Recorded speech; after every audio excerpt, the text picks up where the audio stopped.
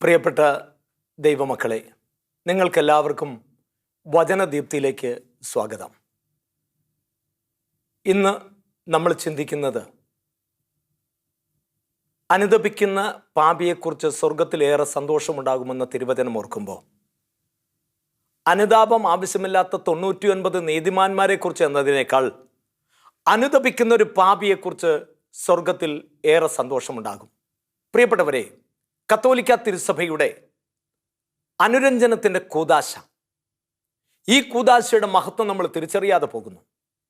ആ കൂദാശയിലൂടെ നമുക്ക് ലഭിക്കുന്ന സൗഭാഗ്യങ്ങളെന്ന് നമ്മൾ തിരിച്ചറിയാതെ പോകുന്നു. നമ്മൾ പലപ്പോഴും ചിന്തിക്കും, എന്തിനാണ് ഞാൻ ചെയ്ത പാപം മറ്റൊരു വ്യക്തിയോട് ഏറ്റുപറയുന്നത്? കത്തോലിക്ക തിരുസഭ 1215 4 ലാറ്ററൽ സുനഹദോസാണ് കത്തോലിക്ക തിരുസഭ രഹസ്യ കുമ്പസാരം പ്രാവർത്തികമാക്കിയത്.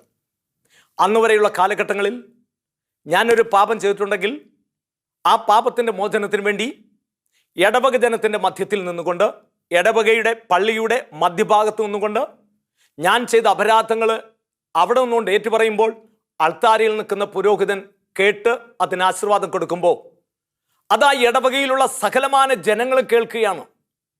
ആ കാലഘട്ടത്തിൽ നിന്ന് കത്തോലിക്ക തിരുസഭ പരിശുദ്ധാത്മാവ് കൊടുത്ത തീരുമാനമനുസരിച്ച് 1215 4 ലാറ്ററൽ സുനഹദോസിലൂടെ രഹസ്യ കുമ്പസാരം പ്രാവർത്തികമാക്കുമ്പോൾ, ജോഷുവയുടെ പുസ്തകം 3-ാം അധ്യായം അതിൻ്റെ 5-ാം വാക്യത്തിൽ പറയുന്നു, ഇന്ന് നിങ്ങൾ വിശുദ്ധീകരിച്ചാൽ നാളെ നിങ്ങളിൽ കർത്താവ് അത്ഭുതം പ്രവർത്തിക്കുമെന്ന്.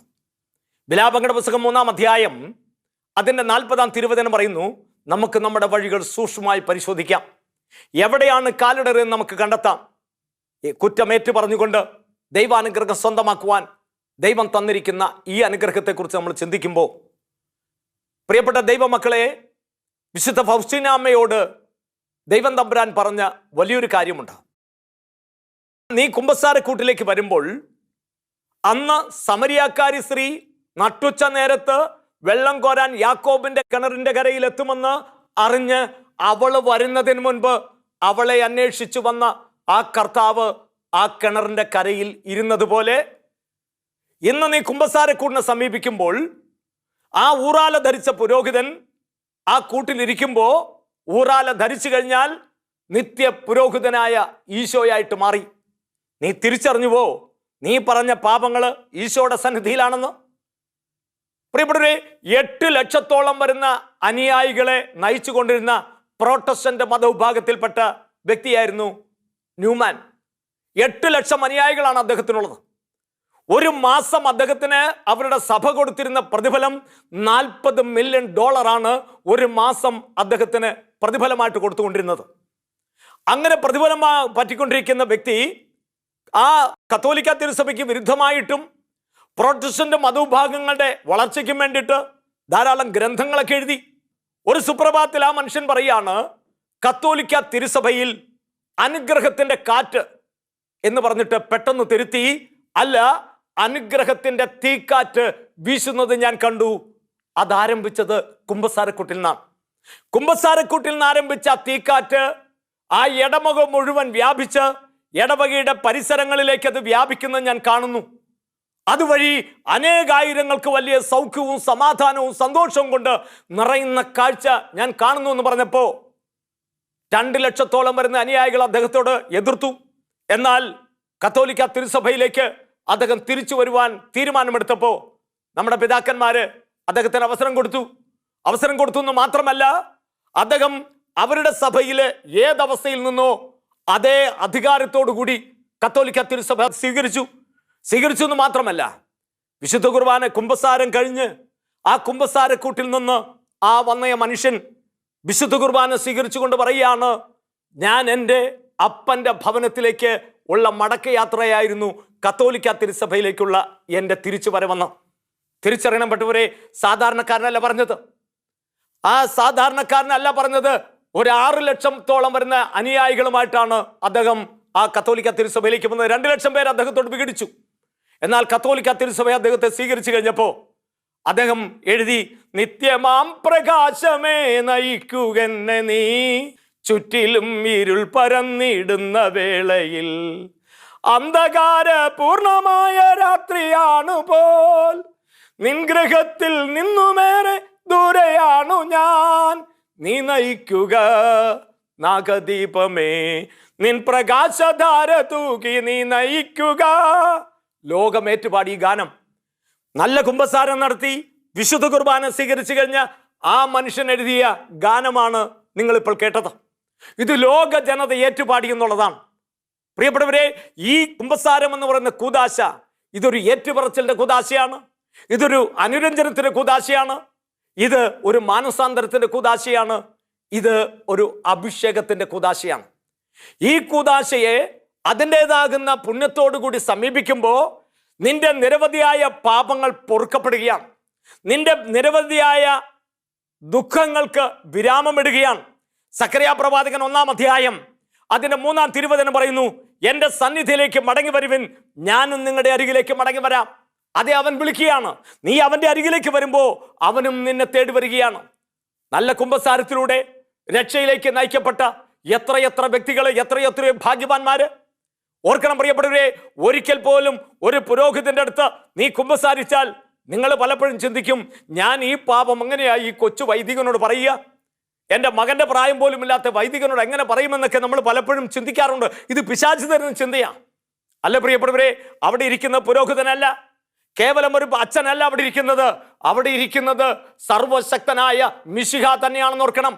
യെരമ്യാ പ്രവാചകൻ 32-ാം അധ്യായം അതിന്റെ 27-ാം വാക്യത്തിൽ പറഞ്ഞു, ഞാൻ സകല ജനതകളുടെയും ദൈവമായ കർത്താവാകുന്നു, എനിക്ക് അസാധ്യമായത് എന്തെങ്കിലും ഉണ്ടോ?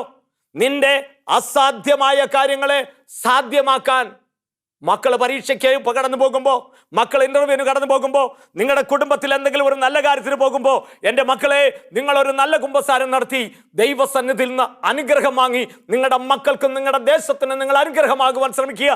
അത് നല്ല കുമ്പസാരത്തിലൂടെ പാപം വെറുത്തുപേക്ഷിച്ച് ദൈവസ്നേഹം കൊണ്ട് നിറയുമ്പോൾ ഓർക്കണം പ്രിയപ്പെട്ടവരെ, യോഹന്നാന്റെ സുവിശേഷം 20-ാം അധ്യായം അതിന്റെ 19, 20, 21 വാക്യത്തിലൂടെ നമ്മൾ കടന്നു പോകുമ്പോൾ കാണാം, ആഴ്ചയുടെ ആദ്യ ദിവസം അതിരാവിലെ ഇരുട്ടുള്ളപ്പോൾ ഇതാ ഈശോയുടെ സന്നിധിയിലേക്ക് യഹൂദന്മാര് മറ്റുള്ളവരെ ഭയന്ന് ആ സഹ്യോൻ മാളികയിൽ അവരങ്ങനെ ഇരിക്കുന്ന സീനാണ് ഇവിടെ. ഈശോയുടെ ക്രൂശുമരണം കഴിഞ്ഞു. ആ ക്രൂശുമരണം കഴിഞ്ഞ് തങ്ങൾക്കും ഇത് തന്നെ സംഭവിക്കുമല്ലോ എന്ന ഭയത്താൽ അവരങ്ങനെ ഇരിക്കുമ്പോഴാണ് ഇവിടെ ഈശോ കടന്നു വരുന്നത്. ഈശോ കടന്നു വരികയാണ്. യോഹന്നാന്റെ സുവിശേഷം 20-ാം അധ്യായത്തിൽ 20-ാം അധ്യായം അതിന്റെ 20 മുതലുള്ള വാക്യത്തിൽ പറയുന്നു, വൈകിട്ട് ശിഷ്യന്മാർ യഹൂദരെ ഭയന്ന് കതകടച്ചിരിക്കെ യേശു വന്ന് അവരുടെ മധ്യത്തിൽ നിന്ന് അവരോട് പറഞ്ഞു, നിങ്ങൾക്ക് സമാധാനം. 20-ാം വാക്യം ഇപ്രകാരം പറഞ്ഞുകൊണ്ട് അവൻ തന്റെ കൈകളും പാർശ്വവും അവരെ കാണിച്ചു. കർത്താവിനെ കണ്ട് ശിഷ്യന്മാർ സന്തോഷിച്ചു. യേശു വീണ്ടും അവരോട് പറഞ്ഞു, നിങ്ങൾക്ക് സമാധാനം. പിതാവ് എന്നെ അയച്ചതുപോലെ ഞാനും നിങ്ങളെ അയക്കുന്നു. ഇത് പറഞ്ഞിട്ട് അവൻ അവരുടെ മേൽ നിശ്വസിച്ചുകൊണ്ട് പറഞ്ഞു, അവിടുന്ന് അരുളി ചെയ്തു, നിങ്ങൾ പരിശുദ്ധാത്മാവിനെ സ്വീകരിക്കുവിൻ. നിങ്ങൾ ആരുടെ പാപങ്ങൾ ക്ഷമിക്കുന്നുവോ അവ അവരോട് ക്ഷമിക്കപ്പെട്ടിരിക്കും, നിങ്ങൾ ആരുടെ പാപങ്ങൾ ബന്ധിക്കുന്നുവോ അവ അവരോട് ബന്ധിക്കപ്പെട്ടിരിക്കും എന്ന് പറഞ്ഞുകൊണ്ട് ഈശോ നൽകിയ അധികാരമാണ്. ഈ ഈശോ ശിഷ്യന്മാർക്ക് നൽകുന്ന അധികാരം ഓർക്കണം പ്രിയപ്പെട്ടവരെ. കത്തോലിക്ക തിരുസഭയുടെ പരമോന്നതിയിലിരിക്കുന്ന ആ പത്രോസ് ഇരുന്ന സിംഹാസനത്തിൽ 266-ാമനായി അവിടെ ഇരിക്കുന്ന ഫ്രാൻസിസ് പാപ്പയുടെ കൈവപ്പിലൂടെ കർദിനാൾമാരിലേക്ക് വന്ന അഭിഷേകം, കർദിനാൾമാരിലൂടെ മെത്രാന്മാരിലേക്ക് വന്ന് ഭവിച്ച അഭിഷേകം, ആ മെത്രാന്മാരുടെ കൈവപ്പിലൂടെ വൈദികർ വന്ന് നിൽക്കുമ്പോൾ ആ വൈദികരിലൂടെ നമുക്ക് ലഭിക്കുന്ന സൗഖ്യം ഇതാണ്, നമുക്ക് ലഭിക്കുന്ന സമാധാനം ഇതാണ്. ആ കുമ്പസാരം കഴിയുമ്പോൾ അച്ഛൻ പറയുന്ന ഒരു വാക്യമുണ്ട്, പാപികളെ വിശുദ്ധീകരിക്കുന്ന ദൈവം എനിക്ക് നൽകിയിരിക്കുന്ന അധികാരം ഉപയോഗിച്ച് പിതാവിൻ്റെയും പുത്രൻ്റെയും പരിശുദ്ധാത്മാവിൻ്റെയും നാമത്തിൽ ഞാൻ നിന്റെ പാപങ്ങൾ മോചിപ്പിക്കുന്നു. ഇത് ഈശോയ്ക്ക് മാത്രം ചെയ്യാവുന്ന ഒരു കാര്യമാണ്. ഈശോ ഇത് ചെയ്യുമ്പോൾ പ്രിയപ്പെട്ടവരെ, ഏറ്റുപറയുന്ന പാപിയെ ചേർത്ത് പിടിക്കുന്ന ഒരു പൊന്നു തമ്പുരാൻ. നിന്റെ ജീവിതത്തിലുണ്ടായ തകർച്ചകൾക്ക് കാരണം എന്താണ്? നീ കള്ളക്കുമ്പസാരം നടത്തിയത് കൊണ്ടാണ്. പല പാപങ്ങളും നീ മറച്ചു വെച്ചുകൊണ്ട് നീ ഇങ്ങനെ കള്ളക്കുമ്പസാരം നടത്തുമ്പോൾ സംഖ്യാപുസ്തകം 32-ാം അധ്യായം 23-ാം വാക്യത്തിൽ പറയുന്നു, നിന്റെ പഴയ പാപം ഒരു വേട്ടപ്പട്ടിയെ പോലെ ഇന്നും നിന്നെ പിന്തുടർന്നുകൊണ്ടിരിക്കുകയാണ്. പറയാൻ മടിച്ച പാപങ്ങള് നീ ഒരു ചുവട് മുന്നോട്ട് വെക്കുമ്പോൾ നീ 3 ചുവട് പിന്നിലേക്ക് പോകുന്ന പോലെ പോകുമ്പോൾ അവിടെ കർത്താവ് തന്റെ ആണിപ്പാടാർന്ന കരങ്ങൾ നീട്ടിക്കൊണ്ട് ആ ഭവനത്തിലിരിക്കുന്ന ശിഷ്യന്മാരോട് പറയുകയാണ്, കതകടച്ചിരിക്കുന്ന ശിഷ്യന്മാര് ലോകത്തെ ഭയന്നിരിക്കുകയാണ്. അവര് ഭയന്നിരിക്കുമ്പോൾ തങ്ങൾക്കും ഈശോയ്ക്ക് സംഭവിച്ചതുപോലെ തന്നെ സംഭവിക്കുമല്ലോ എന്നുള്ള ഭയന്നിരിക്കുമ്പോൾ അടച്ച കതക് തുറക്കാതെ അവരുടെ മധ്യത്തിലേക്ക് വന്നവൻ പറയുകയാണ്, നിങ്ങൾക്ക് സമാധാനം എന്ന് പറഞ്ഞുകൊണ്ട് അവൻ തൻ്റെ കൈകളും പാർശ്വവും കാണിച്ചു കൊടുത്തു. ആണികളാൽ കുത്തിത്തുളയ്ക്കപ്പെട്ട കൈകാലുകളും കുന്തത്താൽ കുത്തിത്തുളച്ച തിരുവിലാവും കാട്ടിക്കൊണ്ടു പറയുകയാണ്, നിങ്ങൾ മരത്തിൽ ക്രൂശിച്ചവൻ ഞാൻ തന്നെയാണ്, നിങ്ങൾ മരത്തിൽ ക്രൂശിച്ച ഞാൻ തന്നെയാണെന്ന് പറഞ്ഞുകൊണ്ട് എന്നിട്ട് പറയുകയാണ്, പിതാവ് എന്നെ അയച്ചതുപോലെ ഞാൻ നിങ്ങളെ അയക്കുന്നു എന്ന് പറഞ്ഞിട്ട് അവൻ അവരുടെ മേൽ നിശ്വസിച്ചു. 22 വാക്യം പറയുകയാണ്, അവൻ അവരുടെ മേൽ നിശ്വസിച്ചുകൊണ്ട് പറയുകയാണ്, നിങ്ങൾ പരിശുദ്ധാത്മാവിനെ സ്വീകരിക്കുവിൻ. അങ്ങനെ പരിശുദ്ധാത്മാവിന്റെ അഭിഷേകം കിട്ടി. അതിൻ്റെ കൂടെ പറയുകയാണ്, നിങ്ങൾ ആരുടെ പാപങ്ങൾ ക്ഷമിക്കുന്നുവോ അവ അവരോട് ക്ഷമിക്കപ്പെടും, നിങ്ങൾ ആരുടെ പാപങ്ങൾ ബന്ധിക്കുന്നുവോ അവ അവരോട് ബന്ധിക്കപ്പെടും. എൻ്റെ പ്രിയപ്പെട്ട ദൈവമക്കളെ, എത്ര മക്കള് മരണത്തിൻ്റെ നീർക്കയത്തിൽ നിന്ന് ജീവനിലേക്ക് കരം പിടിച്ചുയർത്തപ്പെട്ടത് കുമ്പസാരം എന്ന അനുരഞ്ജനത്തിന്റെ കൂദാശയിലൂടെ എത്രയോ പേര് ജീവനിലേക്ക് കടന്നു വന്ന എത്ര അനുഭവങ്ങൾ. ആ കുമ്പസാരത്തിന്റെ മഹത്വം നമ്മൾ തിരിച്ചറിയുമ്പോൾ കുമ്പസാരത്തിലൂടെ നമുക്ക് കിട്ടുന്ന സൗഭാഗ്യം എത്ര വലുതാണ്, എത്ര ശ്രേഷ്ഠകരമാണ്. മാരകമായ പല രോഗങ്ങളും രോഗമല്ലാതായിത്തീരുന്നത് ഈ അനുരഞ്ജനത്തിലൂടെയാണ്. നീ ദൈവത്തോടാണ് ഐക്യപ്പെടുന്നതെന്ന് ഓർക്കണം. ആ ദൈവത്തോട് ഐക്യപ്പെടുമ്പോൾ ദൈവം നിന്റെ നിരവധിയായ പാപങ്ങൾ ക്ഷമിക്കുകയാണ്. യെശയ്യാ പ്രവാചകൻ 38 അധ്യായം അതിന്റെ 17 വാക്യത്തിൽ പറയുന്നു, എൻ്റെ അകൃത്യങ്ങളൊക്കെയും അങ്ങയുടെ പിന്നിലെറിഞ്ഞുകൊണ്ട് നാശത്തിന്റെ കുഴിയിൽ നിന്ന് എന്നെ കരം പിടിച്ചുയർത്തുന്ന കർത്താവ്. പ്രിയപ്പെട്ട ദൈവമക്കളെ, ഞാൻ ഹൈ റേഞ്ചിലെ ഒരു ദേവാലയത്തിൽ ശുശ്രൂഷയ്ക്കായിട്ട് കടന്നു ചെല്ലുമ്പോൾ അവിടെ ആ വർഷം ധ്യാനിപ്പിച്ചുകൊണ്ടിരിക്കുമ്പോൾ ആ ധ്യാനത്തിന് സമയത്ത് അവിടെയുള്ള വികാരിയച്ഛൻ പറഞ്ഞു, ഇവിടെ അടുത്തൊരു ചെറുപ്പക്കാരനുണ്ട്, അവൻ 18 വർഷമായിട്ട് കുമ്പസാരിച്ചിട്ടില്ല, പള്ളിയിൽ പോയിട്ടില്ല, അവൻ്റെ ഭാര്യ ഇവിടെ ഇരിപ്പുണ്ട്. ആ ധ്യാനത്തിന് ആ പെണ്ണ് പങ്കെടുക്കുന്നുണ്ട്, ഒരു കുട്ടിയുണ്ട് അവർക്ക്. അപ്പോൾ ഈ വ്യക്തി ഒരുപാട് പാപ സാഹചര്യം കൂടെ കടന്നു പോകുന്ന ഒരു വ്യക്തിയാണ്.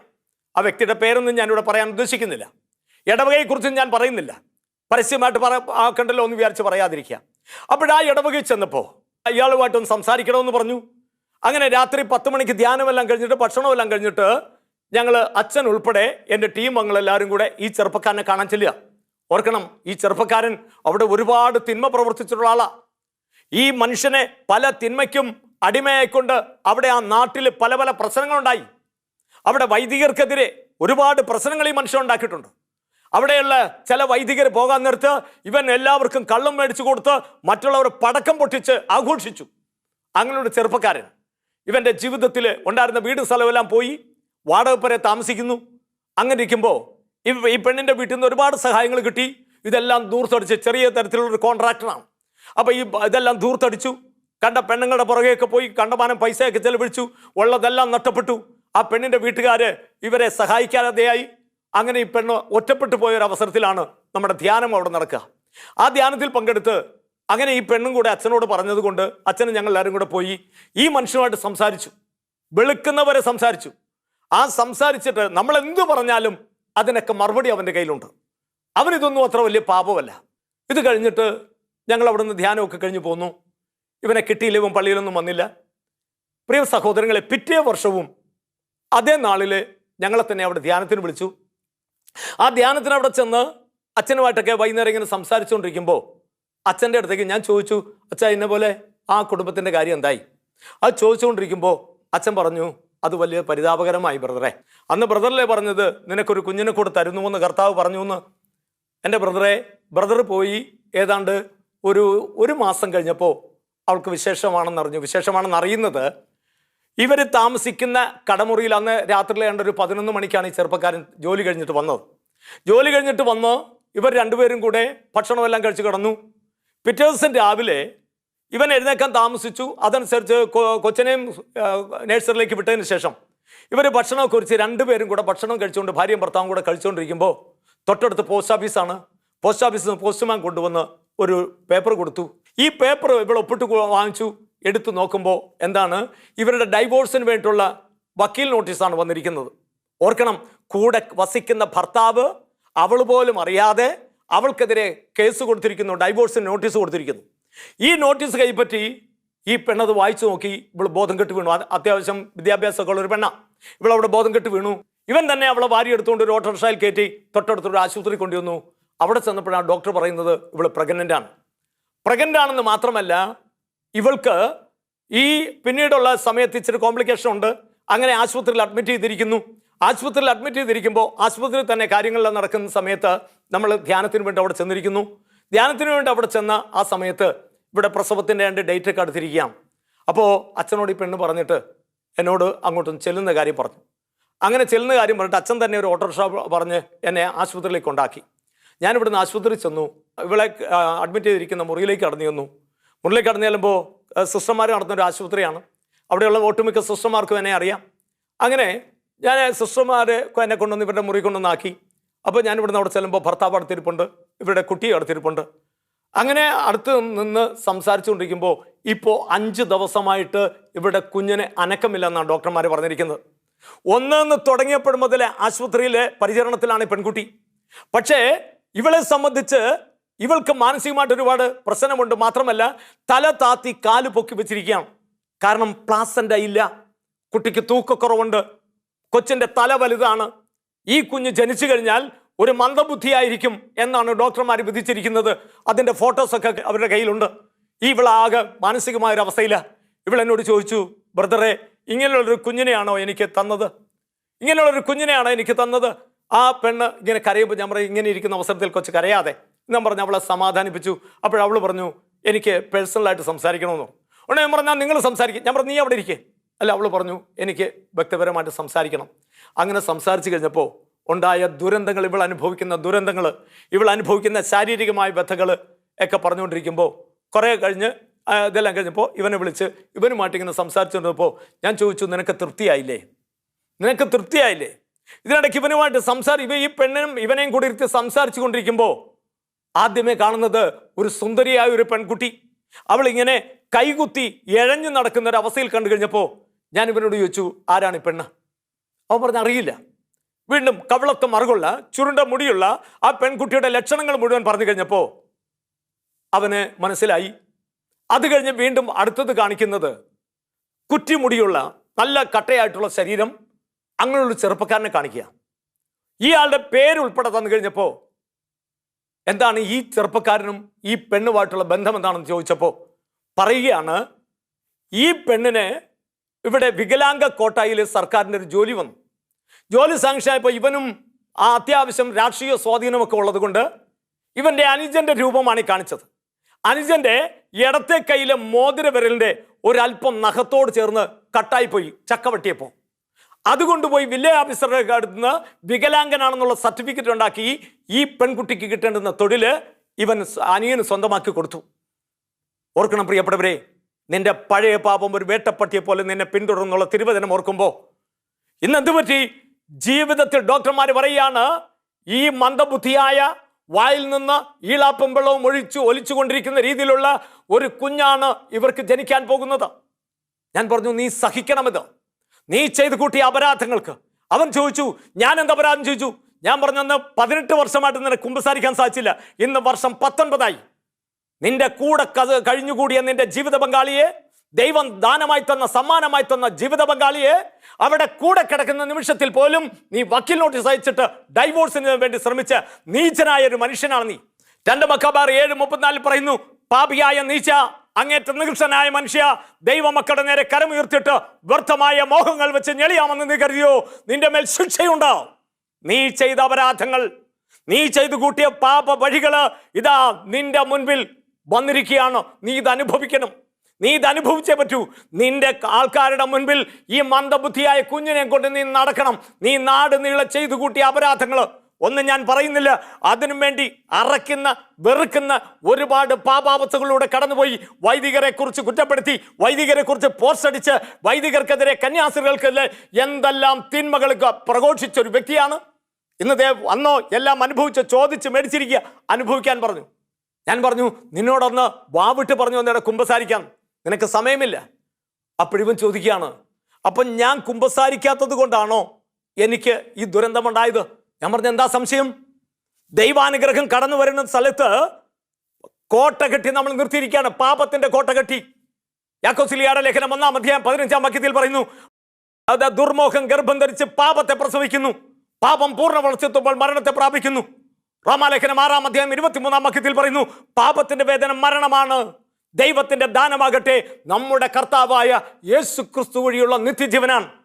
ആ നിത്യജീവൻ സ്വന്തമാക്കേണ്ടതിന് പകരം ആ നിത്യജീവൻ നൽകുന്ന ദൈവത്തെ മാറ്റി നിർത്തിക്കൊണ്ട് മറ്റ് പലതിന്റെ പിന്നാലെ പരക്കം പായുന്ന മനുഷ്യ, മിക്കാ പ്രവാചകൻ 6:8 പറയുന്നു, ഹേ മനുഷ്യ, നല്ലതെന്തെന്ന് നിനക്ക് ഞാൻ കാട്ടി തന്നിട്ടുണ്ട്, നന്മ പ്രവർത്തിക്കുക, കരുണ കാണിക്കുക, നിന്റെ ദൈവത്തിന്റെ മുമ്പിൽ വിനീതനായി ചലിക്കുക. അവന്റെ മുൻപിൽ എളിമപ്പെടേണ്ടതിന് പകരം അവന്റെ മുമ്പിൽ എളിമപ്പെടാതെ നീ നിന്റെ ഇഷ്ടങ്ങൾ മാത്രം നിർവഹിച്ചുകൊണ്ട് കടന്നു പോകുമ്പോൾ, ഓർക്കണം പ്രിയപ്പെട്ടവരെ, എൻ്റെ പ്രിയപ്പെട്ടവരെ, ഈ മനുഷ്യനുമായിട്ട് ഇങ്ങനെ സംസാരിച്ചുകൊണ്ടിരിക്കുമ്പോൾ വചനം കേട്ട ഈ ചെറുപ്പക്കാരൻ്റെ ഉള്ളു കലങ്ങി. അവൻ വേദനയോടെ കണ്ണു നിറഞ്ഞുകൊണ്ട് എന്നോട് ചോദിക്കുകയാണ്, അപ്പോൾ ഞാൻ കുമ്പസാരിച്ചാൽ എൻ്റെ കുടുംബം രക്ഷപ്പെടുമല്ലേ? ഞാൻ പറഞ്ഞു, എന്താ സംശയം? എൻ്റെ പ്രിയപ്പെട്ടവരെ, ഇത് പറഞ്ഞുകൊണ്ടിരിക്കുമ്പോൾ അത്ഭുതം എന്ന് പറയട്ടെ, നോക്കുമ്പോൾ ആ വാതിൽ കൂടെ ഒരു പുരോഹിതൻ പോകുന്ന പോലെ എനിക്ക് തോന്നി. ഞാൻ പെട്ടെന്ന് ഓടി വന്ന് വാതിൽ തുറന്ന് ആ വാതിൽ ചാരിയിരിക്കുന്ന വാതിൽ തുറന്ന് നോക്കുമ്പോൾ ഒരു പൊക്കം കുറഞ്ഞിട്ടൊരു കാപ്പിപ്പൊടി ഉടുപ്പിട്ട ഒരു പുരോഹിതൻ, ഒരു കയ്യിൽ വടിയും കുത്തിപ്പിടിച്ച് ഒരു കയ്യിൽ ജപമാലയുമായിട്ട് ഇങ്ങനെ ഒഴുകിപ്പോകുന്ന പോലെ അങ്ങനെ നടന്നു പോകുമ്പോൾ ഞാൻ ഓടിച്ചെന്ന് ഈ വൈദികന്റെ മുമ്പിൽ മുട്ടുകുത്തിയുടെ കൈ കുപ്പി പിടിച്ചുകൊണ്ട് അച്ഛനെ ഇങ്ങനെ നോക്കുമ്പോൾ അച്ഛൻ ഈ കണ്ണടക്കിടയിലൂടെ എന്നോട് നോക്കിയിട്ട് ചോദിച്ചു, ആരാ? ഞാൻ പറഞ്ഞു, എൻ്റെ പേര് അലക്സ് എന്നാ, ഞാനിവിടെ ധ്യാനിപ്പിക്കാൻ വന്നാ. ഓ, ധ്യാന ഗുരുവാ? ഞാൻ പറഞ്ഞല്ല, വചനം പറയും, അത്ര തന്നെ. പറഞ്ഞപ്പോൾ ഞാൻ പറഞ്ഞു, അച്ഛാ, ഞാനൊരു 19 വർഷമായിട്ട് കുമ്പസാരിക്കാത്ത ഒരു മനുഷ്യനായിട്ട് സംസാരിച്ചുകൊണ്ടിരിക്കുക, അച്ഛനൊന്ന് കുമ്പസാരിപ്പിക്കുമോ? അതിനെന്താ, ഇവിടെ അതിനുള്ള സംവിധാനം ഉണ്ടോ? ഞാൻ പറഞ്ഞു, ഉണ്ടോ ചോന്ന് പറഞ്ഞു. ഓടി ഞാൻ നേരെ റിസപ്ഷൻ ചെന്ന് സിസ്റ്ററിനോട് പറഞ്ഞു, സിസ്റ്റേ, നമ്മുടെ അവൻ കുമ്പസാരിക്കാൻ തയ്യാറായിട്ടുണ്ട്. അതിനിപ്പോൾ ഇവിടെ ഒരു അച്ഛൻ നിൽപ്പുണ്ട്. ഏതച്ഛൻ? ഞാൻ പറയാം, എനിക്കറിയില്ല, ഏതോ രോഗിയെ കാണാമെന്ന് അവിടെ നിൽപ്പുണ്ടെന്ന് പറഞ്ഞു. സിസ്റ്റർ ഉടനെ എൻ്റെ കൂടുതൽ ഓടി വന്നു. ഞങ്ങൾ രണ്ടുപേരും കൂടെ ഓടി വന്നപ്പോൾ ഞാൻ ആ കുമ്പിട്ട് വണങ്ങിയ അതേ സ്ഥലത്ത് ആ പുരോഹിതൻ നിൽക്കുക. പുരോഹിതൻ പെട്ടെന്ന് സിസ്റ്ററോട് ചോദിച്ചു, ഈ ഇദ്ദേഹം പറയുന്നു ആരോ കുമ്പസാരിക്കാനുണ്ടെന്ന്, ഇവിടെ അതിനുള്ള സംവിധാനമുണ്ടോ എന്ന് ചോദിച്ചു. ഉണ്ടെന്ന് പറഞ്ഞു. ഉണ്ടെന്ന് പറഞ്ഞിട്ട് സിസ്റ്റർ ഞാനും കൂടെ ചെന്ന് ഈ ചെറുപ്പക്കാരനെയും കൂട്ടി നേരെ വന്ന് ഈ പള്ളിയുടെ ഈ ചാപ്പലിൻ്റെ അരികിൽ കൊണ്ടുവന്നു. ചാപ്പലിലെ കുമ്പസാരക്കൂട്ടിലേക്ക് അച്ഛൻ കയറി. ആ കുമ്പസാരക്കൂട്ടിൽ അച്ഛൻ കയറി.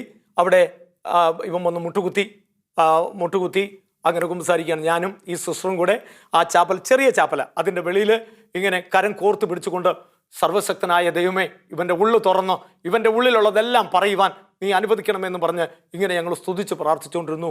ഈ ചെറുപ്പക്കാരൻ്റെ പറച്ചിൽ, ഇവൻ്റെ കരച്ചിൽ കേൾക്കാം, അച്ഛൻ ഇവരെ ശാസിക്കുന്നത് കേൾക്കാം. എൻ്റെ പ്രിയപ്പെട്ടവരെ, ഏതാണ്ട് 1.5 മണിക്കൂറെടുത്ത് ഒരു കുമ്പസാരത്തിന് ഒരുക്കാതെ തന്നെ ആ ചെറുപ്പക്കാരൻ നല്ലൊരു കുമ്പസാരം നടത്തി തിരിച്ച് ആ ചെറുപ്പക്കാരനുമായിട്ട് അവൻ്റെ മുറിയിലേക്ക് വന്നു. അച്ഛനെ പറഞ്ഞു വിട്ട് സിസ്റ്റർ യാത്രയാക്കിയിട്ട് സിസ്റ്ററും ഓടി വന്നു. അവിടെ ചെന്ന് സംസാരിച്ചു. സംസാരിച്ച സിസ്റ്ററും ഞാനും കൂടെ ആ പെണ്ണിൻ്റെ തലയിൽ കൈവച്ച് പ്രാർത്ഥിച്ചുകൊണ്ടിരിക്കുമ്പോൾ ഈ സിസ്റ്ററിനെ കൊണ്ട് ആ പെണ്ണിൻ്റെ വയറ്റത്ത് കൈവെക്കാൻ പറഞ്ഞു. ഓർക്കണം പ്രിയപ്പെട്ടവരെ, 5 ദിവസമായിട്ട് കുഞ്ഞിന് ചലനമില്ല. അതുകൊണ്ട് എക്കോ ടെസ്റ്റ് നടത്താൻ വേണ്ടിയിട്ട് ആംബുലൻസ് ഏർപ്പാട് ചെയ്തിരിക്കുന്ന സമയത്താണ് അവിടെ ചെന്നിട്ട് ഈ സിസ്റ്ററോട് പറഞ്ഞ ആ പെണ്ണിൻ്റെ വയറ്റത്ത് കൈവെക്കാൻ പറഞ്ഞു. ഞാൻ അവിടെ ശിരസിൻ്റെ ഭാഗത്തു നിന്ന് അവിടെ തലയിൽ നെറ്റിത്തടത്തിൽ കുറിച്ചടയാളം വരച്ച് അവിടെ നിന്നുകൊണ്ട് പ്രാർത്ഥിച്ച് ഏതാനും സെക്കൻഡ് കഴിഞ്ഞപ്പോൾ ഇവള് പറയുകയാണ്, കുഞ്ഞു കൈയും കാലും അനക്കുന്നുവെന്ന്. എൻ്റെ പ്രിയപ്പെട്ടവരെ, 1:200 കുഞ്ഞിൻ്റെ തൂക്കം പറഞ്ഞിരുന്നത്. ഡോക്ടർമാർ പറഞ്ഞിരുന്നത് 1:200. പിറ്റേ ദിവസം ആ ഇടവക ജനം മുഴുവൻ ആശുപത്രിയിൽ പോയി ഇവളെ കണ്ടു. അന്ന് വൈകിട്ടത്തെ ആരാധനയുടെ നേരത്ത് ഈ ചെറുപ്പക്കാരൻ അവിടെ പള്ളിയിൽ വന്നു. അവൻ അവിടെ വന്നത് കൂടാതെ ധ്യാനത്തിൻ്റെ അവസാന സമയമാണ്. ഇവനെ ഈ അച്ഛൻ്റെ അടുത്ത് കുമ്പസാരിച്ച് പോരാതെ വികാരി അച്ഛൻ്റെ അടുത്ത് തന്നെ കുമ്പസാരിക്കാനായിട്ട് അവനെ പരിശുദ്ധാത്മാവ് മനസ്സ് തുറന്നു. അവൻ ചെന്ന് കുമ്പസാരിച്ചു. എൻ്റെ പ്രിയപ്പെട്ട ദൈവമക്കളെ, പിറ്റേ ദിവസം ഈ പെണ്ണ് ഒരു മിടുമിടുക്കൻ ആൺകുഞ്ഞിനെ പ്രസവിച്ചു. ആ കുഞ്ഞിൻ്റെ തല സാധാരണ പോലെ തല വലുതായിരുന്നു സ്കാനിങ്ങിൽ. എന്നാൽ പ്രസവിച്ച് കഴിഞ്ഞപ്പോൾ ആ കുഞ്ഞ് 3,200 തൂക്കമുള്ള ഒരു തക്കുടമുണ്ടൻ കുഞ്ഞിനെ അവൾക്ക് പ്രസവിക്കാൻ കഴിഞ്ഞു. ആ കുഞ്ഞ് ഇന്ന് 7ാം സ്റ്റാൻഡേർഡിൽ പഠിക്കുന്നു. ഓർക്കണം, അപ്പൻ കുമ്പസാരിച്ചപ്പോൾ അമ്മയുടെ ഭാര്യയുടെ ഉദരത്തിൽ കിടന്ന കുഞ്ഞിന് പുതു ചൈതന്യം പകർന്ന സർവശക്തനായ ദൈവത്തിൻ്റെ കാരുണ്യം നമ്മൾ തിരിച്ചറിയണമെങ്കിൽ ഓരോ കുമ്പസാരവും അനുഗ്രഹത്തിൻ്റെ കവാടമാണ് മക്കളെ. ഓരോ കുമ്പസാരത്തിലൂടെ നിന്റെ ജീവിതത്തിലേക്ക് കടന്നു വരുന്ന സൗഭാഗ്യങ്ങൾ എത്തിപ്പിടിക്കുവാൻ ഇടയൊരുക്കട്ടെ എന്ന് പ്രാർത്ഥിക്കുന്നു. നല്ലൊരു കുമ്പസാരത്തിനായിട്ട് നമുക്കൊരുങ്ങാം. പ്രാർത്ഥിച്ചൊരുങ്ങി പരിശുദ്ധ അമ്മയുടെ മഹനീയമായ സാന്നിധ്യം അപേക്ഷിച്ചുകൊണ്ട് നമുക്ക് പ്രാർത്ഥിക്കാം. നല്ല ദൈവമേ, എന്നെ കേൾക്കുന്ന മക്കൾക്ക് എല്ലാവർക്കും നല്ലൊരു കുമ്പസാരം നടത്തുവാനുള്ള അവസരം ഒരുക്കി കൊടുക്കണമേ. പരിശുദ്ധ അമ്മേ, ദൈവമാതാവേ, എന്നെ കേൾക്കുന്ന ഈ കുടുംബങ്ങളെ അനുഗ്രഹിക്കണമേ. ഇവരുടെ ആവശ്യങ്ങളിൽ, ഇവരുടെ തകർച്ചകളിൽ ഇവർക്ക് വഴികാട്ടിയെ കൂടെ ഉണ്ടാകണമേ. ഇവരുടെ എല്ലാ ആവശ്യങ്ങൾക്കും ഉത്തരം നൽകുവാൻ കൂടെ ഉണ്ടാകണമെന്ന് പ്രാർത്ഥിച്ചുകൊണ്ട് പിതാവിൻ്റെയും പുത്രൻ്റെയും പരിശുദ്ധാത്മാവിൻ്റെയും നാമത്തിൽ ആമേൻ. ഈശോ മിശിഹായ്ക്കും സ്തുതിയായിരിക്കട്ടെ.